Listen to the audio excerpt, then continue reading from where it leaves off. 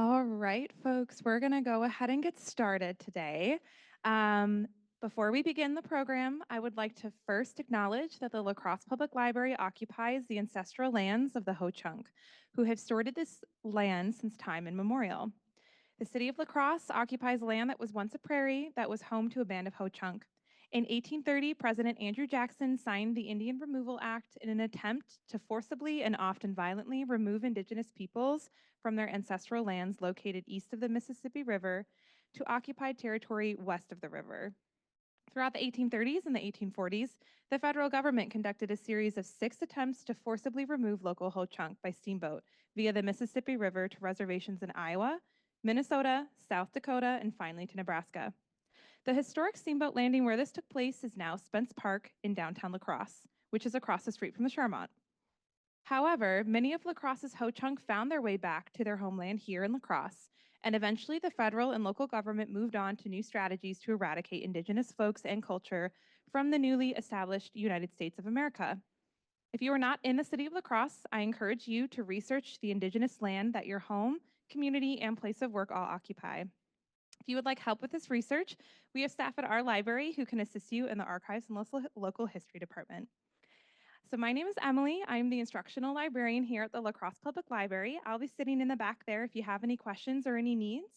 Our restrooms are located right outside this exit door to the left and to the right here. Our building does close at 7, just as a heads up. We have allotted about an hour so for Anthony here to give us a presentation and then for some time for questions at the end. So please feel free to stop by and let me know if you have any questions, okay?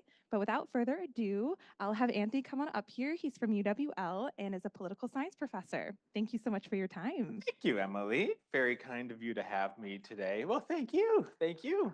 And hello to everyone watching online. Thanks for joining today. Um, I am from the Department of Political Science and Public Administration at UW-La Crosse. I teach courses in American government. I am currently teaching a class on Wisconsin government. I'm currently also teaching campaigns and elections. There's a little bit of misinformation on the campaign trail. So hopefully that makes me qualified to talk about this topic. I also teach courses on the media and I teach strategic communication as well. I'd like to talk with you today about information and misinformation. And to set this up, I want to give you a few key terms that I think you might recognize.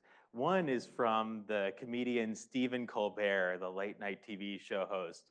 Truthiness, that was the word of the year in 2005. Truthiness means that it's something that we would want to be true. Like we're saying something that we hope is true, but we're not sure if it's true. So that's truthiness. We're trying to kind of will the truth into existence with truthiness.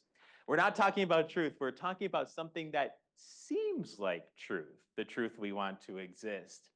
Another word that you might be familiar with is post-truth, which in 2016 was named the word of the year. Post-truth, relating to circumstances in which objective facts are less influential in shaping public opinion than appeals to emotion and personal belief. I'll have a little bit more to say about post-truth in just a moment. Another word that became the word of the year, another term that became term of the year, the next year in 2017 was fake news. The word of the year saying that this term, Collins Dictionary saying that the use of this term rose 365% from 2017 compared to 2016. Defined as false, often sensational information disseminated under the guise of news reporting. I'll have a bit more to say about that as we go as well. Some indication that something is awry when it comes to the information environment of today, I think is shown in this question from the Pew Research Center. People were asked, do you think that people agree on the facts but disagree on policies? Or do people not even agree on the facts? Like, do people not even agree on what is true? And you can see from this results that 73% of people say that We can't even really agree as a society on what is true, on what is factually correct. Now, of course, that makes dealing with policy issues complicated if the public fundamentally disagrees about what is correct, what is true, what is objective reality. The core dilemma, I think, of today's information environment is nicely stated in this quote. We have access to more information than ever before, which is indisputably true. By the time we finish this presentation, the amount of information in the world will have significantly increased.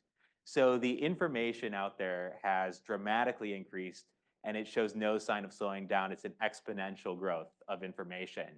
At the same time, it's becoming harder and harder to distinguish between fact and fiction. The dilemma, there's more information, but can people decide what is real, what is not real, what is true, what is not true, what is legitimate information and what is not legitimate information? So my agenda for the presentation is really 4 parts. I'm gonna present some myths and realities about misinformation. From there, I'm gonna provide some definitions of key terms. I've already hinted at some key terms that I'd like to talk with you about. I'd like to talk about some of the causes of the problems of misinformation and related problems. Then I'd like to discuss some potential solutions. I think you'll find that there are a number of aspects of this problem, and they occur both at the individual level and at the systemic level, also at the contextual level. I think we'll see the same thing for the potential solutions to the problem of misinformation. Let's start with some myths and realities, though. A myth is that false and misleading information is a new issue. Like this problem just came on the horizon. Like now is the first time that we're dealing with the problem of false and misleading information. When in fact, false and misleading information has been an issue for a very, very long time. To illustrate this, I had to provide this example of just a wonderful piece of misinformation from about 200 years ago. It is the Great Moon Hoax that was published in the New York Sun. This is from the History Channel. On August 25th, 1835, the first in a series of 6 articles announcing the supposed discovery of life on the moon appeared in the New York Sun newspaper. Known collectively as the Great Moon Hoax, the articles were supposedly reprinted from the Edinburgh Journal of Science. The byline was Dr. Andrew Grant, described as a colleague of Sir John Herschel, a famous astronomer of the day. So we've, as supposedly happened, Herschel, this famous astronomer, found evidence of life forms on the moon, which included such fantastic animals as unicorns, 2-legged beavers, and furry-winged humanoids resembling bats. The articles offered vivid description of the moon's geography, complete with massive craters, rushing rivers, and lush vegetation. I think this shows us that the issue of misinformation is nothing new. It goes back centuries and centuries, that being a particularly good example. So this was a picture in the New York Sun showing the creatures on the moon that had been discovered. Of course, the vegetation on the moon, the rivers and canyons on the moon that had been discovered. So I think we can see that none of this was caused by social media. That's another myth out there, that social media causes the problem of false and misleading information, or that's where this problem started. Like we were fine until Mark Zuckerberg screwed it up by inventing Facebook. That's a myth. The reality is that social media has significantly changed the problem of false and misleading information. We have a new form of an old problem. When I talk with my students about the digital age, that's always how I talk about it, or that's frequently the way that I talk about the digital age with them. It's not like the digital age has created new problems. So to some extent it has. Perhaps more so, the digital age has caused new versions of old problems. Take bullying, for example. Bullying is not a new problem, but the digital age has changed that problem. Polarization is not a new problem, but the digital age has changed the nature of polarization and political divides in society. I think the same is true of false and misleading information. Another myth, everyone is consuming a huge amount of fake news, that I wake up and then I spend all day reading fake news and then I go to bed. That is false. The reality is that for most people, false and misleading information is actually a quite small share of their information diet. Most people, most of the time, are not consuming false or misleading information. In fact, the majority of people out there are not going to see really any significant fake news, if you will, during the 2024 campaign. Now, they might see biased statements, and we'll talk about that as we go. But as far as how much this matters in people's information diets, there's some question as to just like how much people are actually consuming of this. And in the pop culture discourse, it tends to be exaggerated just how much fake news, false news, misleading information people are consuming. So with some myths and realities out of the way, let's talk about some definitions. The first definition that I want to give you is misinformation. And the second definition that I want to give you is disinformation. You'll see that there's an important distinction between misinformation and disinformation. Note the word deliberately here with disinformation. Disinformation is false information that is deliberately spread. When we talk about disinformation, we are making a statement about the intent of whoever it is that's spreading the information.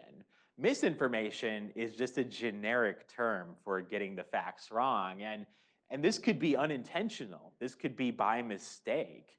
How many times do we, without meaning to, share information that is not entirely accurate?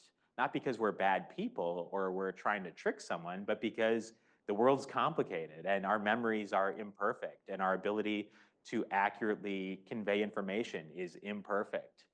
So I'll give you an example of misinformation. If I tell someone that the polls close in Wisconsin at 7 p.m. on election day, in fact, they close at 8 p.m., but maybe I just misremember the time. Maybe I don't accurately remember if it's 7 or 8 p.m. because it might be easy to get those times mixed up. Not because I'm a bad person or trying to trick anyone or engage in voter suppression, but perhaps I just innocently misremember. Good example, when I was preparing this, I looked at the New York Times corrections pages. They keep track of all of the things that they correct.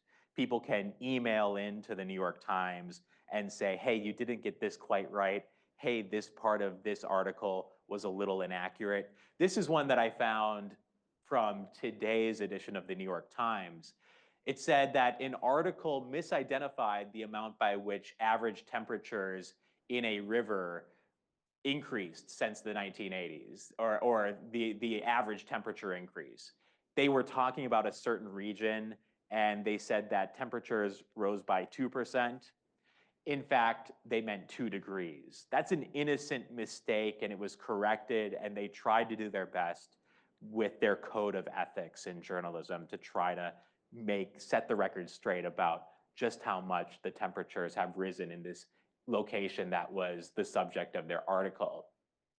Now, disinformation, as I mentioned, assumes some intent on whoever it is that is conveying the information. I'll give you this example. Pamphlets that tell people election day has been postponed to Wednesday. There's no innocent explanation for why someone might say that. There's no reason that someone might do that and then say, oh, I just made a mistake. Like that is just implausible.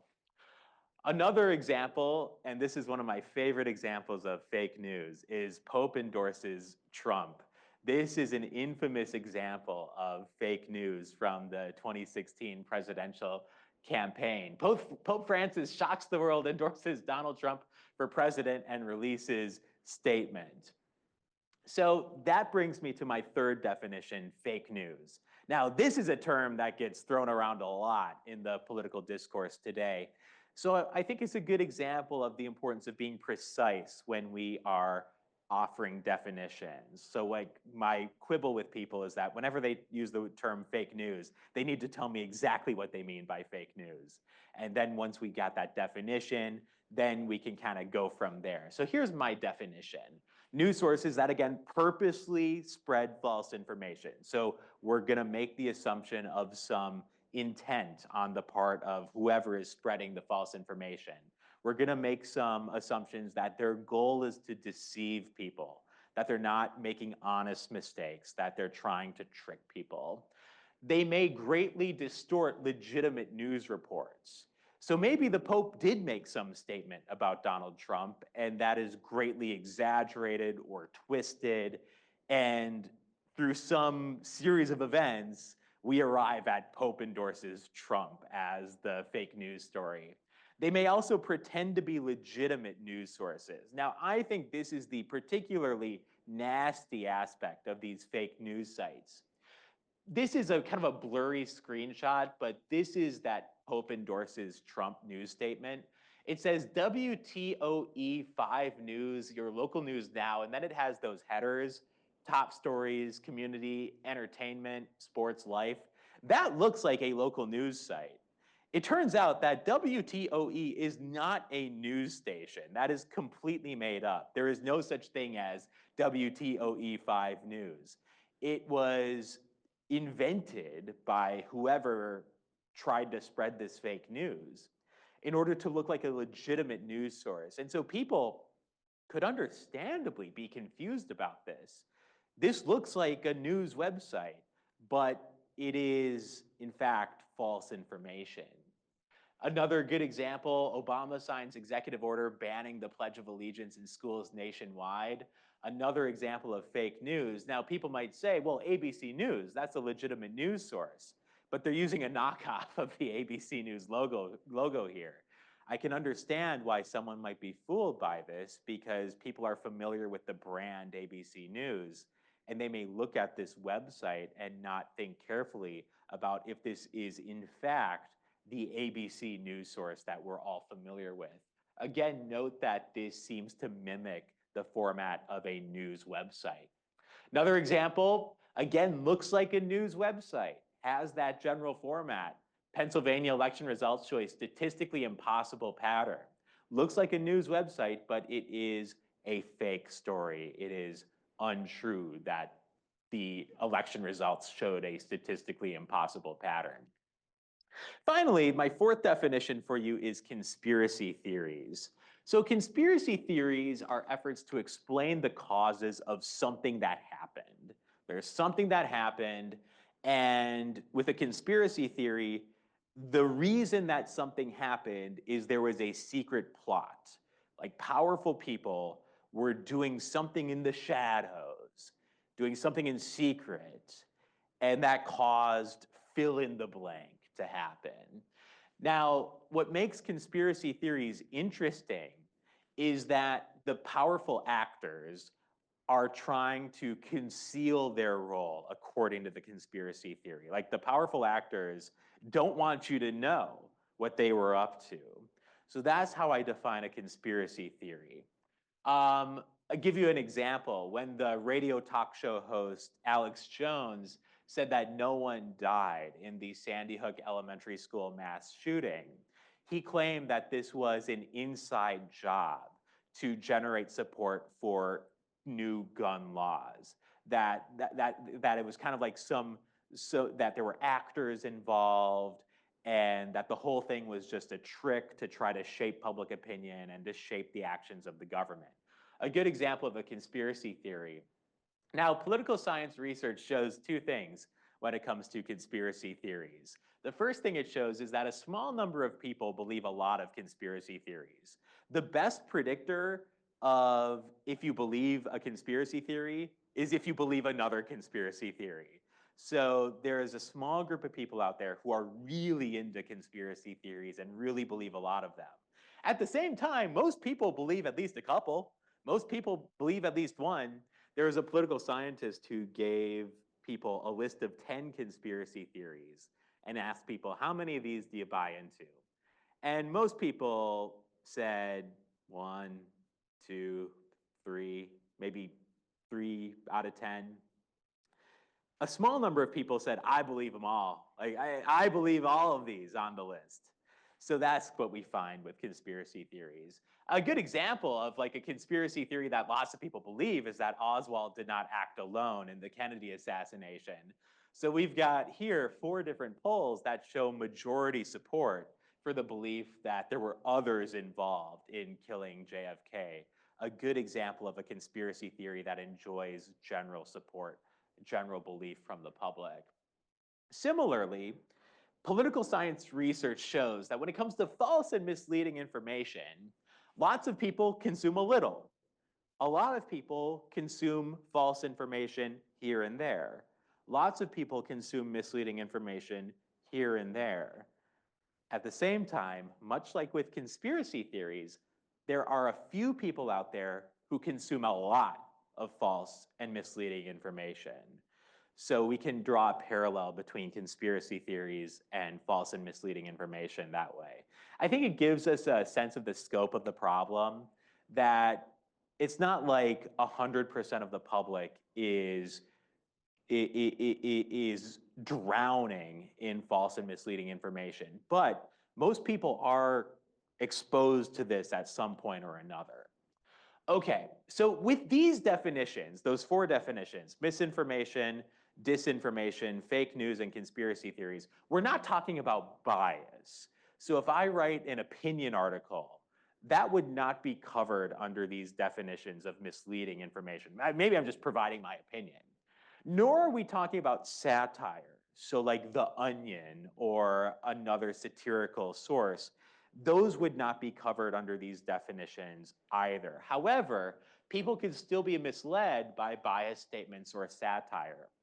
So we see this in the news industry where people will view an opinion article and think that that's like the news that they are reading. You know, if someone says, you know, Trump is great or Trump is terrible, people might think that that's like the news operation. So this can trick people, and this can be something that is worth taking seriously. Also, there's a lot of examples of satire that people take seriously.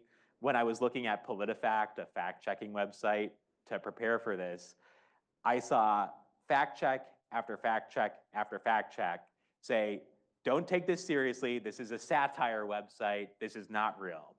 Okay, the bottom line, I think, in my definitions is someone trying to convey facts but makes an innocent mistake. Like that's one thing that we might be talking about when we're talking about misinformation. If I'm talking about climate change and I say that the temperatures rose 2%, but actually 2 degrees was like the real thing. Or by example, I tell someone that the polls close at 7 p.m., but they actually close at 8 p.m. An innocent mistake. Is someone trying to trick people? Fake news, disinformation, the intent of the person who is conveying the information? Is someone stating an opinion or putting their own spin on things? Because if so, that falls outside of really what I'm talking about when I talk about misinformation, disinformation, and fake news. Okay, so now that we've established some myths and realities, now that we've talked about some definitions, what are the causes of the problems? Like how did we get to a place where people are concerned about misinformation? Well, I'm going to give you 3 types of causes, 3 factors that I think collectively would cause us some concern about misinformation. I'm going to talk about some systemic factors, or what I might like to call some institutional factors, some factors that are really beyond the scope of us as individuals. we're also going to talk about those individual level factors, like what makes people more susceptible to misinformation, and then contextual factors, like what's going on in the world that would lead people to be more susceptible to misinformation. For a systemic factor, I have to emphasize changes to the media and communications technology. I think this is front and center in explaining why people are concerned about misinformation and why that concern ought to be taken seriously. So how has social media changed things? In my myths and realities, I mentioned that false and misleading information is not a new problem, but social media and the digital age for sure changed the problem. The problem is different now than it used to be. I'm going to give you 3 ways that I think social media has changed the issue of false and misleading information. The first way is barriers to entry. I'll explain what I mean by that in a moment. The second is monetization. I'll also explain what I mean by that. And the final one is virality. I think taken together, these 3 factors explain why we're in a bit of a different world than we used to be when it comes to misinformation. Let's start with barriers to entry. And what I would like you to consider here is the difference between starting a new TV station, like what would it take to start a new TV station? What would it take to start a new radio station? How easy would that be to start a new radio station? What if you wanted to start a new newspaper? How easy or difficult would that be? Starting a new magazine, how easy or difficult would that be? I want you to consider how those 4 things might be different from these next 2 things. Creating a blog, creating a website, creating a social media account. This is what I'm talking about when I talk about barriers to entry. It is monumentally difficult to start a TV station. It is monumentally difficult to start a radio station. Perhaps a bit easier to start a newspaper and a magazine, but not easy by any stretch. Compare that to starting a blog. I could do that tonight. I could start several blogs tonight if I wanted to. Creating social media accounts. I could start several tonight if I wanted to. The barriers to entry really changed the nature of this problem. This was the first major study on fake news and misinformation done by a few economists after the 2016 election. What they're looking at here is the source of visits to legitimate news websites and the source of visits to fake news websites. What they find with the top news websites is that about half come from direct browsing, meaning I type in WashingtonPost.com, I type in LaCrosseTribune.com, I type in NewYorkTimes.com. I directly navigate there through a URL, or I go directly there through the app, perhaps. Note that for fake news websites, 4 times as much of their traffic came from social media compared to the legitimate news websites. 42% of fake news websites' traffic came from social media. That was only about 10% of traffic for the legitimate news websites that came from social media. Between search engines and social media, that accounts for almost 2/3 of the traffic for fake news websites. So now we're connecting the dots between social media and fake news, how social media is driving a lot of traffic to these websites. The barriers to entry have reduced the gatekeeping power. I should say the reduced barriers to entry in the digital age have reduced the gatekeeping power of traditional media entities. So by gatekeeping power, I mean the ability to determine which voices, views, ideas, and information are conveyed to a public audience. Gatekeeping just means who decides what the news is. Like if something is newsworthy, who gets to make that decision? Well, previously, it was a few newspaper editors, a few TV news producers, a few radio news producers, and some magazine editors. There used to be a very small number of gatekeepers in the media industry, and they had certain norms, certain standards that they would use to determine if something was newsworthy or not, if something was credible or not, if something was good information or not. But that gatekeeping power has completely, I would say almost completely crumbled in the digital age, where anyone can start a website, anyone can start a social media account. The gatekeepers still matter. Like, it still matters what the New York Times does and does not cover. It still matters what CNN does and does not cover. But that gatekeeping power ain't what it used to be. And my students, whenever I talk to my students about this, they have some mixed views about this.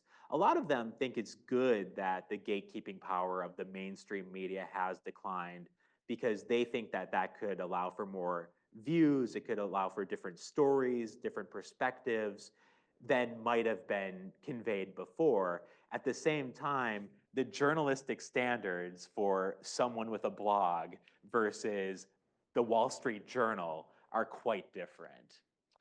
Monetization is the next aspect that I want to emphasize. What has changed in the digital age? So we've talked about barriers to entry. Now I want to talk about monetization. And I have to share this incredible story from Macedonia during the 2016 presidential election. Where was the fake news coming from in 2016?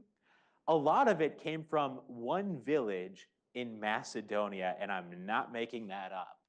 Over the past year, there was a Macedonian village of about 45,000 that experienced a digital gold rush as locals launched 140 US politics websites. Now, the sites have American sounding names. You can see some of them, and you can maybe imagine why people might have been tricked by these domain names, why they might have seen these websites and thought to themselves that this is a legitimate, trustworthy news source just based on what they see in the URL. One university student who started a fake news US politics website said that sure, the information is bad, false, misleading, but if it gets the people to click on it and engage, then use it. That's the name of the game. Get clicks, get people to visit the website. These were some of the articles that appeared on these websites. Pope Francis forbids Catholics from voting for Hillary, and Robert De Niro switches to Trump and shocks Hollywood. One 17-year-old who launched a website said, I started the site for an easy way to make money. In Macedonia, the economy is very weak. The revenue from a small site is enough to afford many things. So it was this truly bizarre situation where there was this community in Macedonia that was disproportionately producing the fake news websites during the 2016 election and making good money as a result of it. The website operators write a sensationalized headline, that's the key to success for sure, and quickly post it to their site. Then they share it on Facebook to try and generate traffic. The more people who click through to the article from Facebook, the more money they earn from the ads on their website. All right, so I've talked about barriers to entry and monetization as new things that shape our understanding of misinformation. So lower barriers to entry in the digital age, opportunities to monetize that content, monetize the misinformation. And now virality. Virality, I mean spread of misinformation. Well, misinformation tends to be highly emotional. It also tends to be very negative. People largely don't spread misinformation that makes us feel good about the world. They spread misinformation that makes us feel threatened, that makes us anxious, that makes us want to do something, to alert people, let people know about this horrible thing that might be happening. So more interactions on social media with emotional and negative content. Clickbait being a great example of this, where you post a provocative headline with the goal of trying to get people riled up, to get people to click through to read the article. More interactions mean more spread. The more people who like something or respond with the angry face or respond with the laughing face or comment, more interactions mean more spread. More interactions mean it goes higher and higher into people's feeds. Now, the reasons for the interactions are less important than the number of interactions. So the platforms can't discern why we interacted with something online. The platform knows that we interacted with it. We liked it, we commented on it, we shared it. The platform knows that. But the platform does not know our motivations for liking, commenting, or sharing something. I like this example from a school, this example of what happened in the aftermath of a school shooting to illustrate this concept of virality. So there was a research group that looked at Twitter comments by conspiracy theorists who claimed gun control advocates faked the fatal shooting at Marjorie Stone Douglas High School. People outraged by the conspiracy helped promote it. In some ways, those who were outraged by the conspiracy promoted it more than the people who were supporting the theory in the first place. They called this outrage sharing or quote tweeting and said that this behavior, sharing something because someone is outraged about it, quote tweeting something, quoting something, and saying, this is crazy, it may have helped put the conspiracy in front of more unsuspecting people. Okay, the bottom line.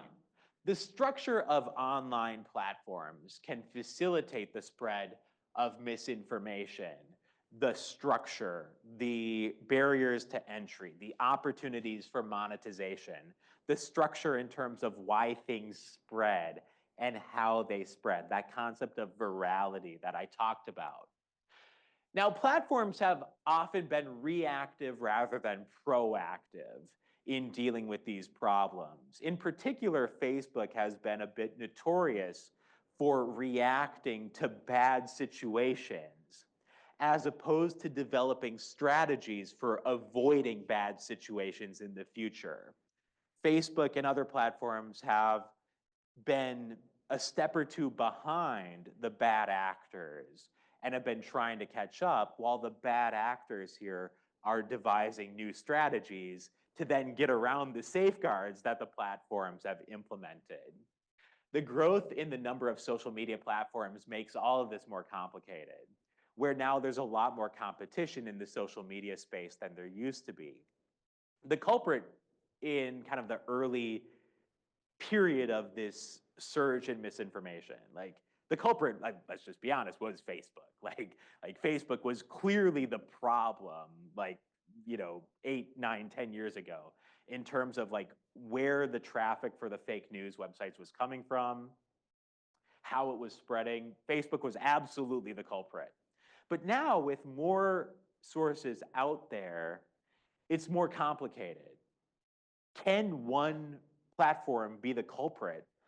Can one platform be the problem when there are numerous platforms? Like my students, by and large, get their news from TikTok.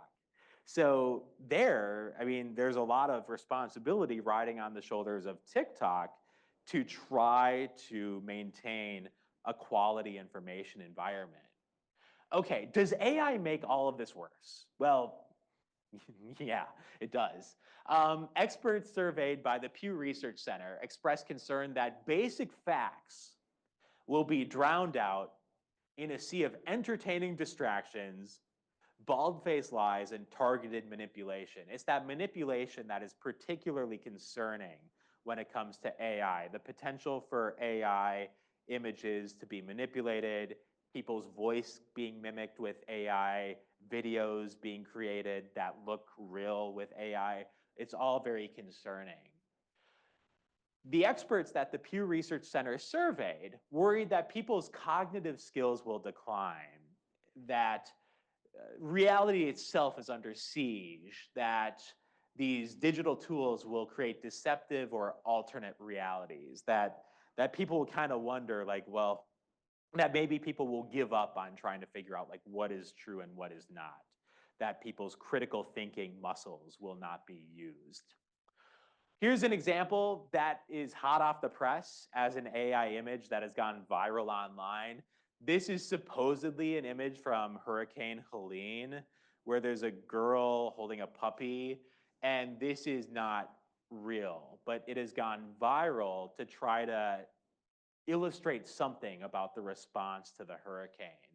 Another one that has gone viral is this AI generated image of Donald Trump wading through floodwaters. Again, AI generated image, but that didn't stop it from going viral online. Applications such as ChatGPT will get better without question, but the ability of humans to use such applications wisely will lag. It's similar to what I said before about how the platforms have consistently been a step behind the bad actors. Here, it's not that, it's not that we're bad, but it's just that our ability to use AI well is going to be a step behind the capabilities of ChatGPT and other AI platforms, other AI tools. So that is really the concern that humans, our abilities, our understandings are going to lag behind the technological capabilities. Okay, want to finish by showing you, want to finish this section before I get to potential solutions. Want to finish this section by showing you this image. This is Jennifer McCormick, a candidate for governor in Indiana. This is a picture from her announcement for governor when she was announcing her candidacy. I want you to look at that image. Then I want you to look at this image. That image, this image. Note that it says no gas stoves. Now, where did this come from? Well, it's an AI manipulated image, and it is from the campaign of her opponent, Mike Braun, who's also running for governor of Indiana. And he used this in an ad to try to make some point about McCormick's views. So this is a real issue because it's happening. We're seeing these manipulated images being used in political campaigns. Okay, so in terms of like the potential negative effects of social media and the internet, this is the one that you get overwhelming societal consensus on. 84% of people surveyed by the Pew Research Center say that it's concerning that it's easily to manipulate that you can manipulate false information and rumors. So that people overwhelmingly say that that is a concerning negative aspect of the internet and social media, the potential to manipulate information and to spread rumors. So what about the individual level factors? Like, why would individuals be susceptible to misinformation? I want to focus on the confirmation bias with you. The confirmation bias is the tendency to process information by looking for or interpreting information that is consistent with one's existing beliefs. I want to hone in on two aspects of this definition: looking for and interpreting, because those are two ways that the confirmation bias can happen. The search for information, searching for information in sources where people might find the answers that they want to hear. But then interpreting information. So once they have information, interpreting it in a way that's consistent with their goals, consistent with their views, consistent with their commitments. So here is, so I think it may be helpful to think about two different motivations that people might have for interacting with information. One motivation that people might have for interacting with information is accuracy-oriented motivations. Maybe you've been in a situation where you thought to yourself, I've got to find accurate information. It is critical that I find accurate information in this situation. Well, that would be an accuracy-oriented motivation where I am looking for information, and I think it is crucial that I find reliable information because I need to see this situation clearly. I need to see this situation accurately. But a goal-oriented motivation for interacting with information, a goal-oriented information, might be focusing on information that is useful given pre-existing commitments to certain beliefs, finding information that can support what I already believe, finding information that makes me feel good given the groups that I belong to. finding information that makes me feel good given the types of outcomes I might want to see. So accuracy-oriented motivations, goal-oriented motivations. And when we're talking about motivated reasoning or the confirmation bias, we're talking about goal-oriented motivations where people aren't engaging in a comprehensive, objective search of information so that they can be perfectly informed. They are searching for and interpreting information in a way that's based on what they believe, the groups they belong to, and the outcomes they are looking for. I'm going to skip ahead a little bit, though I do want to show you this research finding from a political science study that I think shows that the confirmation bias or motivated reasoning are key. So this team of political scientists got people to agree to let them track their web browsing for the month leading up to the 2016 election. And what they found is that when people viewed fake news, it was overwhelmingly news websites that supported the candidate that they, the user, supported. So a pro-Trump person looking at pro-Trump fake news, vice versa. Unsurprising, but it's good evidence that the confirmation bias and motivated reasoning are key in understanding how fake news operates.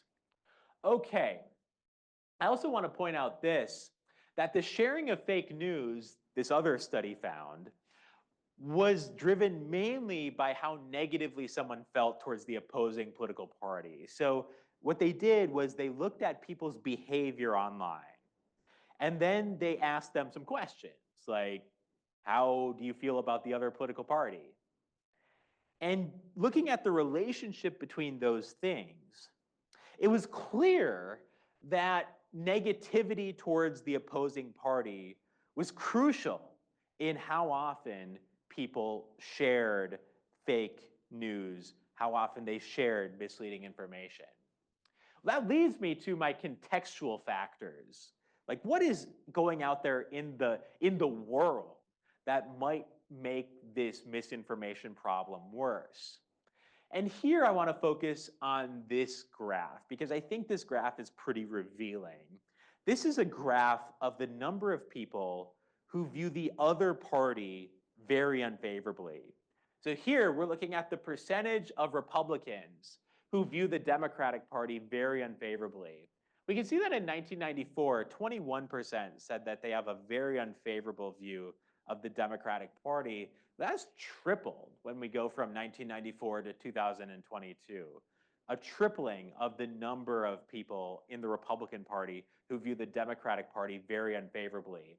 On the Democratic Party side, 17% of Democrats in 1994 had a very unfavorable view of the Republican Party, and that is now up to 54%. 54% of Democrats having a very unfavorable view of the Republican Party. Negative partisanship, this is how I talk about this concept. The term, the fancy political science term, is negative partisanship for what I'm showing you on that graph. I like my team, but I really don't like the other team. I kind of think my team's all right, but I hate the other side. Negative partisanship is when people are motivated politically through that type of attitude. Negative partisanship, I like to say, turbocharges the confirmation bias. It turbocharges those goal-oriented motivations. Negative partisanship makes people less likely to engage in critical thinking because they're kind of consumed with how much they don't like the other side. Makes people more susceptible to information that just tells them what they want to hear, makes people more susceptible to information that seems to satisfy some need that people have to just kind of feel good about themselves. Okay, so let's add it all up. We've got digital and communications technologies that are changing.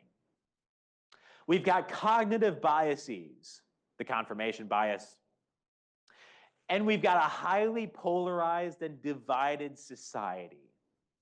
And I think when you add up those three things, it becomes apparent why misinformation is such a problem nowadays, why it's a different and perhaps even worsening problem compared to what it might have been in previous periods, in the period of the Great Moon hoax 190 years ago. We can see that this is a different animal that we're dealing with, a different situation that we're dealing with in this day and age. Okay, well, I've gone on and on about like the problems here, so let's get to some potential solutions. One potential solution is to either punish people who do this or to at least force them to add a disclaimer. Elements of this media have been digitally altered or artificially generated. Now, this ad did not include that disclaimer at first, but people flagged this and said, wait a minute, that wasn't what actually happened at this campaign announcement. So having to add that disclaimer, this was done under Indiana state law. Mike Braun released a TV ad Monday showing an image of Democrat Jennifer McCormick supporters holding signs behind her declaring no gas stoves. But those signs never existed. The campaign drew criticism for releasing the ad containing the doctored image, along with audio that said McCormick wants to ban gas stoves. The ad was pulled and replaced with one containing a disclaimer that the image had been doctored, which is now required under Indiana state law. Here in Wisconsin, there was a bipartisan law passed earlier this year that requires political candidates and groups to include disclaimers in ads that include AI. And if you don't do this, it's a $1,000 fine. Now, I've heard from broadcasters that they haven't run into this problem yet.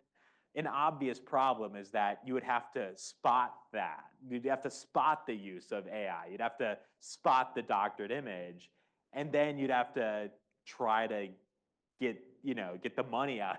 Like then like enforcing this. Like it's not clear to me how this would be enforced.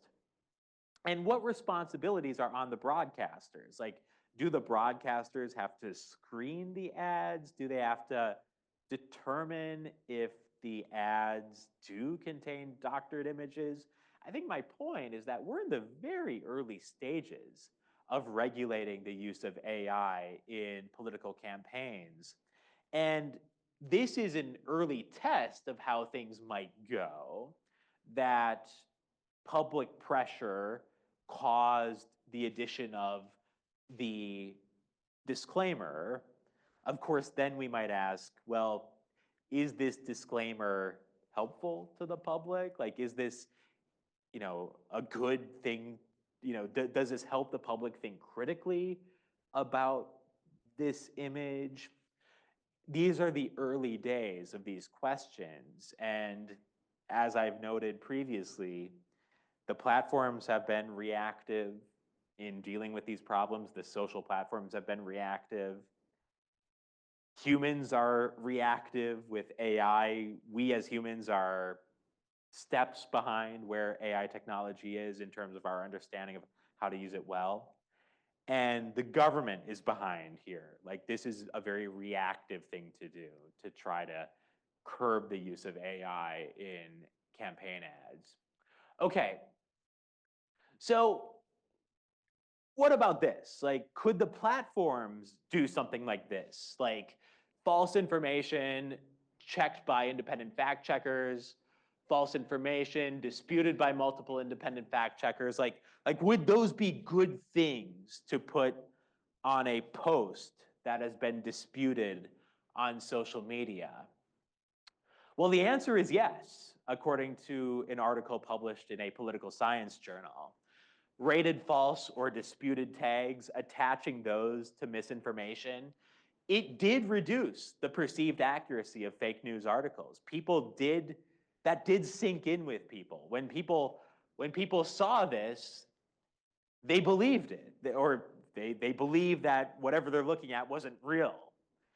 So people responded to these disclaimers by saying to themselves, yeah, I guess I don't believe that. I guess I'm not going to go along with whatever is in the image.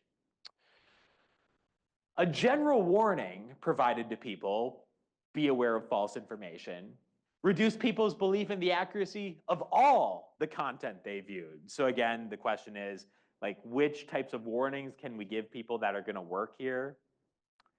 If you just give people a general warning, like, hey, there's a lot of bad information out there, just be careful, it caused people to believe everything less. And we might wonder if that's helpful or if that's good. The general warning did not help people distinguish between legitimate news and fake news. So, giving people that general warning, be careful of false information, it did not help people determine which information am I looking at is false, which information am I looking at is true. It did not necessarily help people make those judgments. Now, Meta, the company that owns Facebook, is taking these steps, showing false information lower in the news feed. So if something has been flagged as false, downranking it in the news feed so that fewer people are seeing it. They say that they're acting against repeat offenders. So people who post misleading information multiple times, they claim that they are taking action against those users and banning them or restricting them, and reducing repeatedly fact-check claims. So there are some types of false information that come up again and again and again. A lot of fake news is posted again and again and again, the same stuff. And so they say that they have a handle on that, that they can deal with repeat offenders, if you will. All right, well, what about fact checking? I mean, is that a good idea? Could we use PolitiFact, for example, the fact checking website? Well, one study, the study of the users of the internet in 2016, one study found that about half of those who viewed a fake news website also visited a fact checking website. Now, note that people were not looking at fake news and then looking at a fact checking website to determine the accuracy of that fake news thing that they just looked at. This is, did someone view a fake news article, and then did they view a fact-checking website at any point? So we see that there are half of the people out there who are viewing fake news and are not viewing a fact-checking website at all.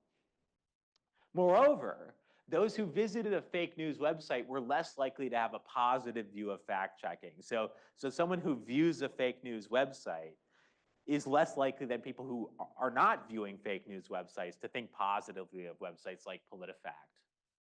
Well, I'll just give you some general strategies then. So if those are kind of some systemic things that might happen, you know, maybe we like fact checking, maybe we think those disclaimers are helpful, the disputed disclaimers, maybe we think the platforms are or are not doing a good job, but what can individuals do?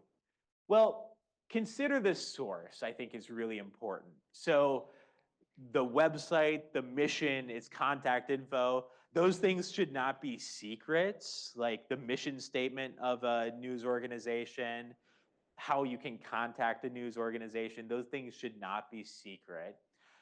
Checking the author. The author should not be a secret. Like, who is the author? Are they real? Are they credible? Those would be good questions to ask when trying to assess a news source. Checking the date. This one I think is underappreciated as a way of thinking critically, but this has been the cause of a lot of misinformation online or a lot of misleading claims online. I'll give you an example. So PolitiFact fact check a claim that Biden was lounging on the beach while towns all over America were wiped out by Hurricane Helene. So the Post said, here's a picture, and this is what he's doing while the hurricane's happening. Turns out that the image was from August, not the end of September when the hurricane actually occurred.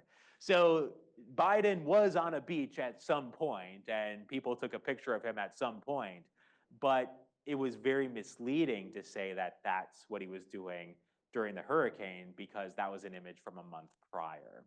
A nice example of how things from different times can kind of be pieced together to create false and misleading claims.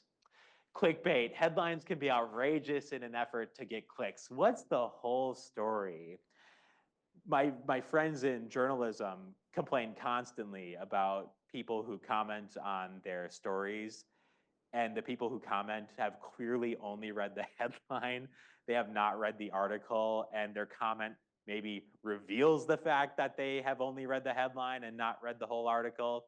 So this is a pet peeve of the journalists who I know, and so it seems like this is something that they see quite a bit. People responding to headlines rather than the full story.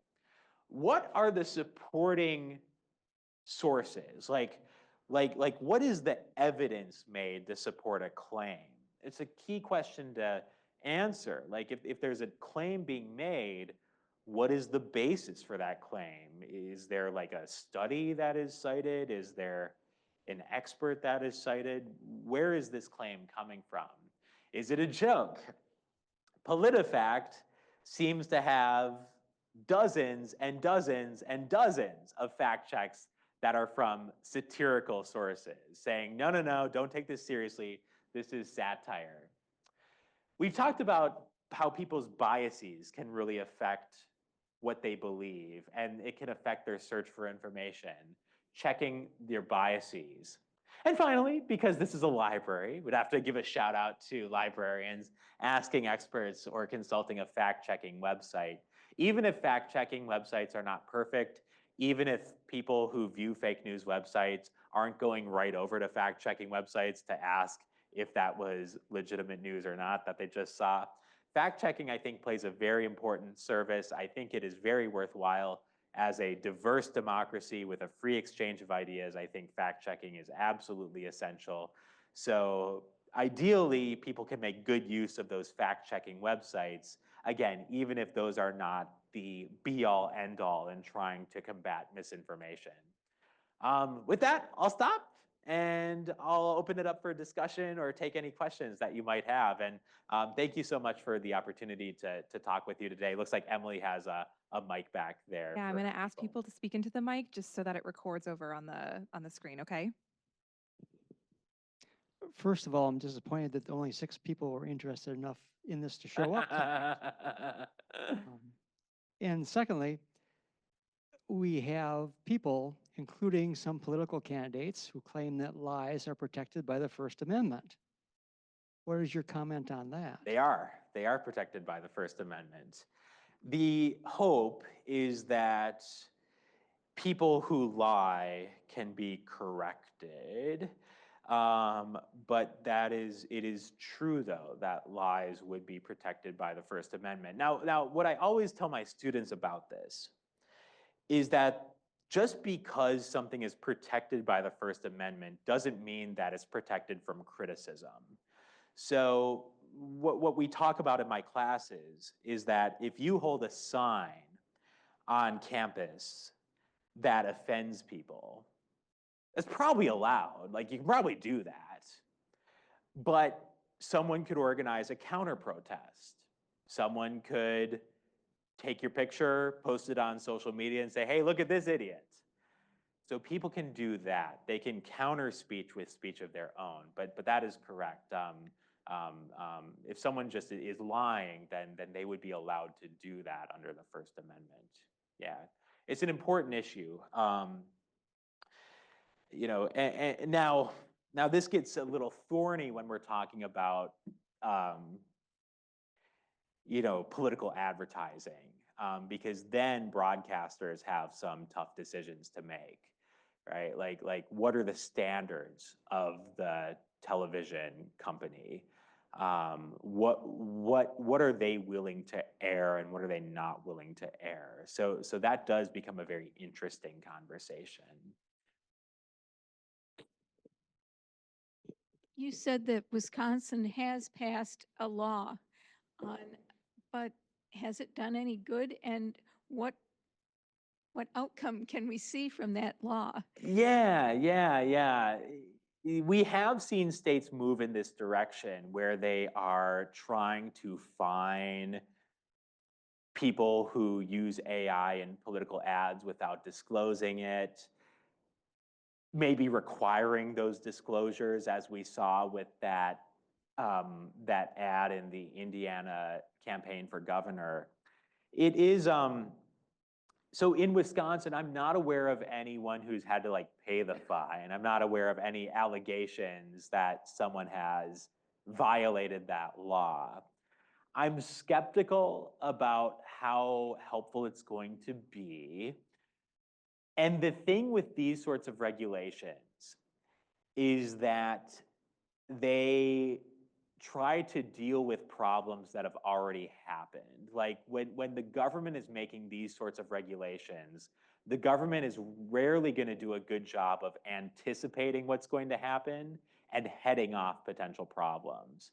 What I think the most likely scenario is that we're going to see some pretty egregious uses of AI. We're going to see some pretty egregious manipulated images. Deep fakes are a big concern, mimicking someone's voice. There was actually a memorable Senate hearing on AI where the chair of the committee, Dick Blumenthal of Connecticut, did the opening statement with his AI voice. He had AI write his opening statement for an AI hearing, and then he had AI. He gave the program videos of him talking so that it could mimic his voice.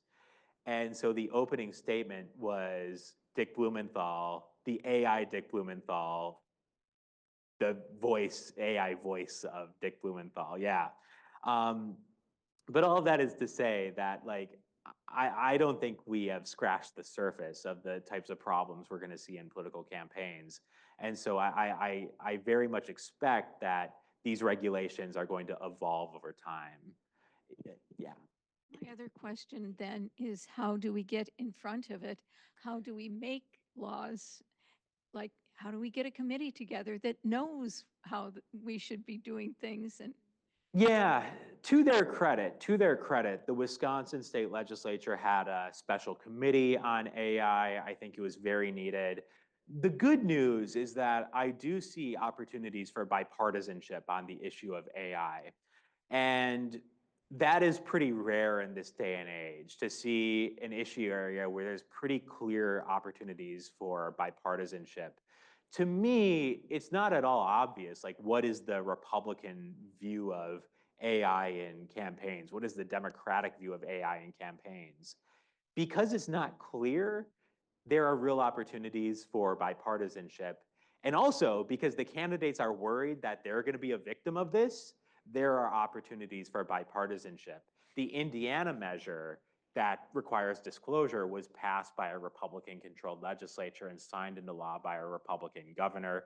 Here in Wisconsin, it was a bipartisan vote to fine people for undisclosed uses of AI, to require those disclosures, passed by Republican majorities in the state legislature, signed into law by the Democratic governor, Governor Evers. So that is my hope on this, that I think there could be some real bipartisanship, partly because it's not obvious where the parties stand on AI, but also they're worried for their own selves. I mean, they're worried about their ability to win elections, and so I think that's my reason for optimism here. Yeah.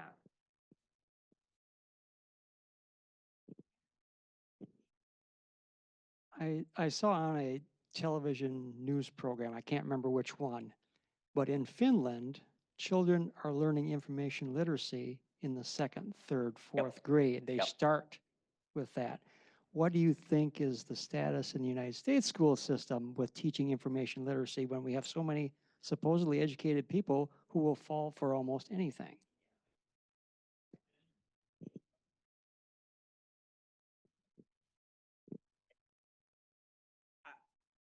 I love the question, and I love it because one of the studies I cited looked into this issue. Like, do people who know more, are they less likely to spread fake news? And what they found is that your level of knowledge about politics did not affect your probability of sharing fake news. Because one theory that was out there is that people who share fake news are just ignorant. Like if only they knew more, they wouldn't. What this study found is that, in fact, there was really no evidence for what they called the ignorance theory, that the people who spread fake news, the people who share bad information online, oh, they're just ignorant. In fact, the best predictor of whether or not people shared information, bad information, was how strongly they felt about the political parties. So just making people more informed does not seem to necessarily be the answer here. I think a lot of it comes down to the political divide in the United States, how that is a crucial aspect of the context. Then if we go to your question, the topic of your question, which was about information literacy, the challenge is that this is such a rapidly evolving information environment. I, in my wildest imagination, would not have believed that I would be that AI would be a big part of my job right now, or that like the question, was this essay generated by AI, would even be something I would contemplate. So keeping up with the pace of change is going to be a major challenge for educational institutions. And keeping up with the changing nature of the platforms is going to be a major challenge. For instance, what would be helpful for my students right now is education on being information literate on TikTok. TikTok was not a thing when they were in like middle school or high school. So developing curriculum that kind of applies even in a rapidly evolving environment, I think is going to be extremely important for people to be critical thinkers. I also think that just teaching critical thinking, there's a lot to be said for that. And what can we teach students that is going to be generally applicable to them, regardless of what the next 5 or 10 years brings in terms of how the platforms might change, how new platforms might enter the scene, how technology might change? It's not an easy question. It's not an easy answer. It's not an easy issue.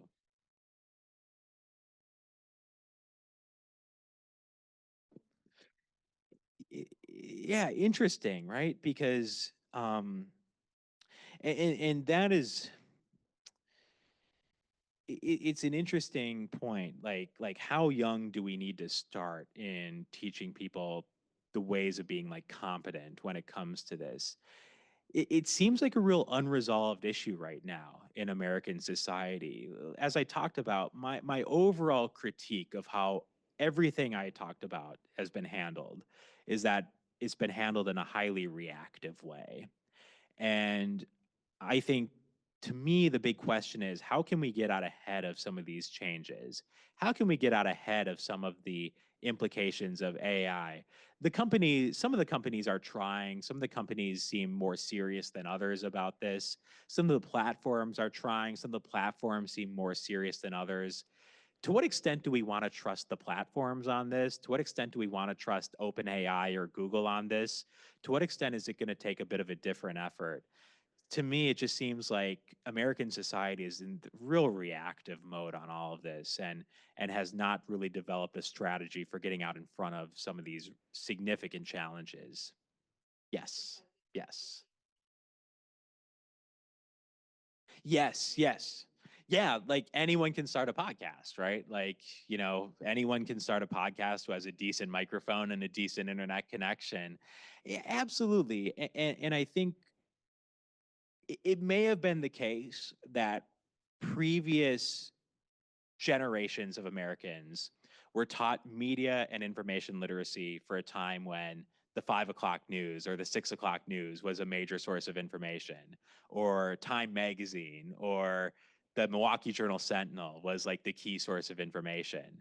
Like, how do you read a newspaper article in a way that helps you be a critical consumer of information? How do you watch the news in a way that helps you think carefully about it? I think we're just in a different universe right now. So it might be the case that we're trying to put like a round peg into a square hole, perhaps, by thinking about how we used to approach information literacy and how we might need to think differently about it nowadays. But yeah, I love the point about podcasts.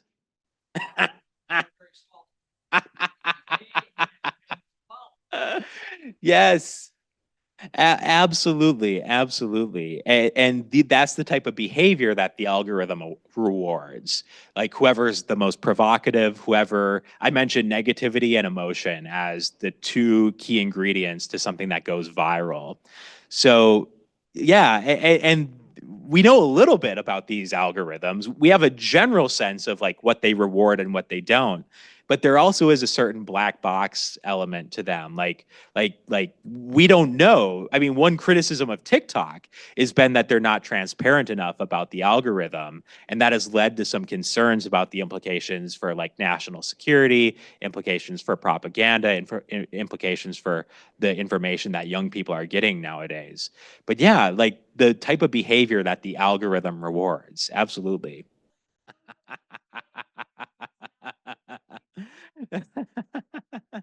Yeah, I mean, because although the nature of the problem has changed, and this goes back to kind of my first point, um, misinformation is not new.